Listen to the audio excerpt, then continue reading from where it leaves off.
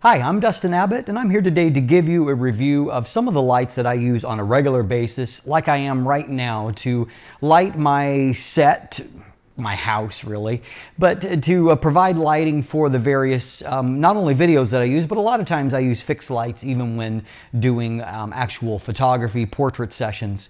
And the versatility of lights these days is really incredible. Now, I've brought you reviews of some really high-end lights that I'm very fond of. But today I want to present to you the lights that I think, if you're working on a tighter budget, should be at the top of your list of lights to consider, particularly if you need more than just one light. You need to have multiple lights as a part of your solution. I'm here today to talk to you about the Genaray Crux, and these are 10-inch bicolor LED lights.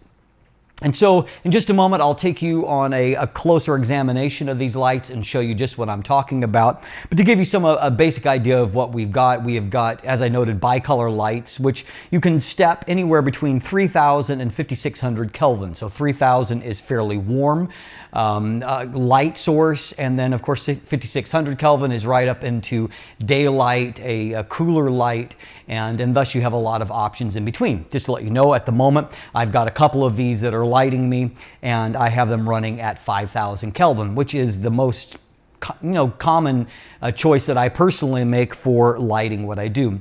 These are made up, these panels are made up of 120 LEDs, although you can't see the individual LEDs because they are behind a built-in diffuser panel. And just to give you an idea of how much light that's putting out, they put out 2,460 lux at a fairly close distance of under 2 feet, 1.6 feet. But there's also a high degree of accuracy, a CRI of 95. And of course, what makes these really useful for video work in particular is the fact that they are completely flicker-free. In fact, flicker-free even if you are in the process of dimming them. And so they have a really consistent light output that actually works really well for filming for that reason. They are 28-watt lights, and so that puts out the equivalent of around 250 watts of equivalent tungsten lighting. And so as a result of that, they put out a great quantity of light, but also they put out a great quality of light. You have this big round panel that is not too directed, too harsh, but the spread pattern is nice for what I do. They run very cool. They generate very little heat. And you have a couple of different options for powering them. You can either run them off AC power, which adapter is included for that. But then you can also run them off of, very common Sony battery types. And that's what I typically do. And that, of course, makes them useful even for shooting outdoors.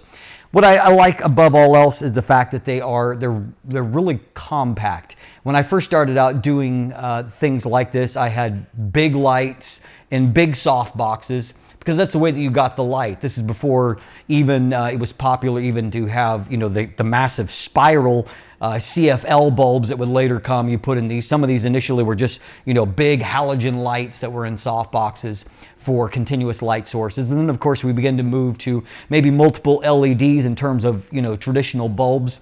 But now these panels are really compact. You don't need a big diffuser on them because they have a built-in diffuser panel. Anyway, let's jump in and let's take a closer look before I wrap things up. Okay, so as you can see, we've got a nice clean construction, an aluminum frame around here. This shows you the built-in diffuser panel, which you can see from the side. There's nothing that sticks out here, so it's nice and flush. Just to give you a quick look at light coming off that when it's turned on. I won't blind you anymore. But what I do like about this, I've used larger panels than this, which of course can be useful if you want a higher volume of light. The downside sometimes is the fact that because there's more weight associated with it, it means that you need multiple tensions to angle the light, and in this case, the one-handed operation I find to be just easier to use. It's just a little bit more user-friendly.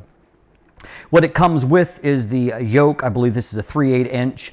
And so that you can mount it on the top of any, traditional light stand. You do need to provide a light stand, however, it is not included. And then you can tighten it down, and thus it's pretty easy to position the light wherever you want.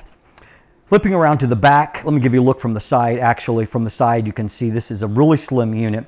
And in fact, when the battery is out, it takes up very little room at all. So it's part of what I really like about it. Looking at from the back, you have a choice to come in with a DC, and so you could switch the power over here if you're powering from DC, and then of course you can run that for an unlimited period. On the other side, you can switch into the battery mode of power. So what you've got in terms of, you have a readout here which is touch sensitive, and so what you can do is you can use this to go up and down in terms of changing color, temperature of the light, anywhere between, as noted, 3000 to 5600 Kelvin, and then you've got up and down for the amount of light that you're outputting. And so, and if you have it in, in this case, what I'll do is I'll turn off the wireless for a moment. So I'm controlling this independently because I'm currently lighting it with another one of these. And so you can step it all the way up, anywhere between 100% and then in terms of the light output, as little as down to, here we're at 10%, and as you can see, if I step it back up, you can ramp it all the way back up to 100%. And so, and you can see that we're doing that without flicker along the way. Same applies to temperature. Then of course there is a wireless component that is built into this, and so if you're happen to be on the same channel as another light, you can see my light just went down because that's on the same channel as the light I was using currently. And so I'm now controlling my light that I'm using to light the video with another way. You can, of course, choose to go to different channels. You could set them up in groups, or you could turn that off altogether. You do have a battery readout there as well. Finally, I take a look at the actual battery. It comes with the adapter plate, and it does come with one NP F750F. This is a 4600 mAh battery pack, and so it's enough battery to go for roughly about an hour and a half to 2 hours before it runs dead. And so one of those is included in the kit, so you get basically everything you need outside of the light stand that is included with the kit. Everything goes inside of this nice nylon carry case. As you can see, the overall dimensions are fairly compact in this. It gives you some nice tough protection value. Inside there is room to lay your light in, and then underneath here there is custom molded areas. You've got space for a battery charger, place for you to put your battery. This is the actual power cable for the battery, and then there's also options here for the AC if you want to run that from inside of there. All in all, it fits down into this very compactly, and so it gives you an easy way to carry this. And of course, because it's lightweight and it's compact, it wouldn't be difficult to even carry multiple of these if you so desired. But I think the bottom line when it comes down to it is the price itself of these units. Obviously you're getting the light unit itself, you're getting battery, you're getting a storage case for it, you're getting the ability to AC power it so you can run them indefinitely. And there's no real need, as I noted, because of the way the diffuser panel is designed, there's no real need for any kind of additional accessories to go with it. And so right now you can get this light for around $200 at B&H Photo.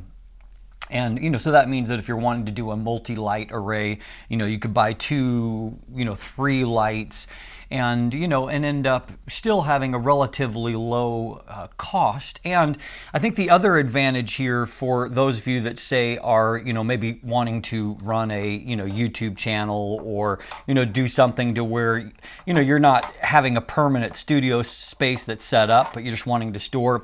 I mean, the fact that this has such a small footprint, I think, is also a really important aspect of the overall design. And so at the end of the day, I think that the versatility adds a whole lot to them. I mean, I think that if you invested in a number of them, if you're doing, for example, filmmaking, I mean, they're easy to position in different places, and they're relatively light, so you might be able to even position them out on booms or something. And it's at the end of the day, you could be running quite a number of these and lighting a small set, and having some ability to control your color temperature. And what they don't have that some of my higher end lights have is they don't have things like effects on them. They don't have the ability to run them off of an app, or some of those other connected type things. But if your purpose is just getting good light and a versatile package, I think that these Genaray Crux are certainly a very tempting option. If you look in the description down below, I do have linkage to where you can go and you can purchase them for yourself. And there's also my typical link is there to follow me on social media, including now on Instagram. You can become a patron and get sneak previews, advanced screening of upcoming content. And then, of course, if you haven't already, please click that subscribe button right here on YouTube. Thanks for watching. Have a great day.